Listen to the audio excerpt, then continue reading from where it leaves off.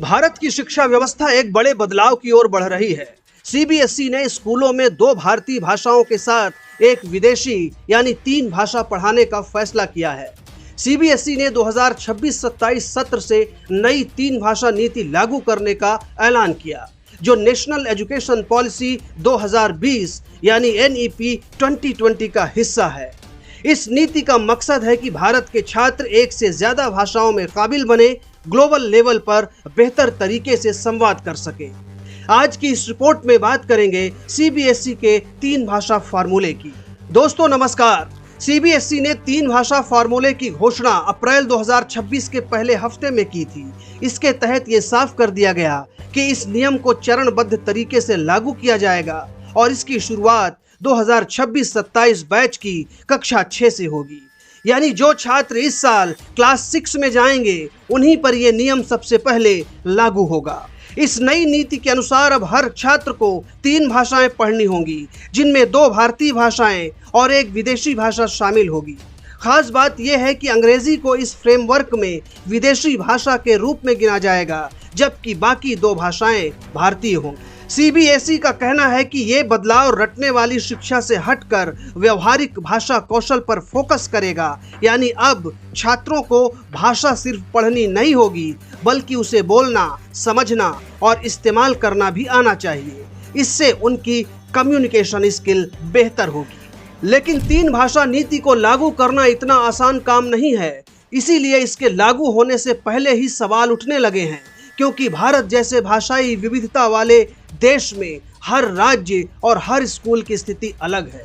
उत्तर भारत के ज्यादातर स्कूलों की बात करें तो यहाँ हिंदी और संस्कृत ही मुख्य भारतीय भाषाएं हैं जो पढ़ाई जाती हैं। ऐसे में छात्रों के पास विकल्प सीमित हो जाते हैं और उन्हें मजबूरी में संस्कृत चुननी पड़ सकती है। इसके अलावा स्कूलों की सबसे बड़ी चिंता है संसाधनों की कमी।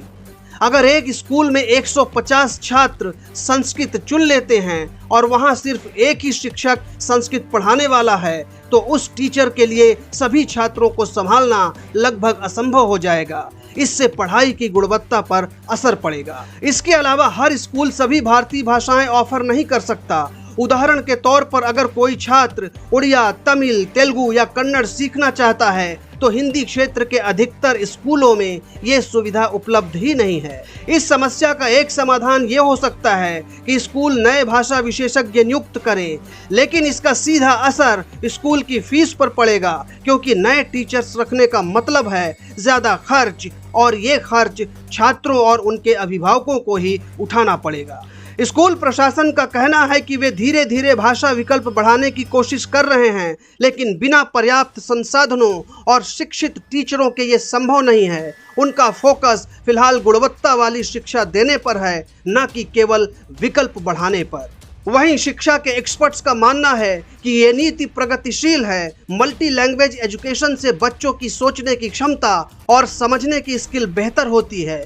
ये उन्हें एक ग्लोबल सिटीजन बनने में मदद कर सकती है। लेकिन किसी भी नीति की सफलता उसके इरादे से नहीं, बल्कि उसके लागू होने के तरीके से तय होती है। अगर इसे बिना तैयारी के लागू किया गया तो ये छात्रों और शिक्षकों दोनों के लिए बोझ बन सकती है। इससे न केवल पढ़ाई का दबाव बढ़ेगा, बल्कि शिक्षा की गुणवत्ता भी प्रभावित होगा। अंत में सवाल यही है, क्या भारत की शिक्षा व्यवस्था इस बड़े बदलाव के लिए तैयार है? क्योंकि नीति बनाना आसान है, लेकिन उसे जमीन पर उतारना सबसे बड़ी चुनौती होती है।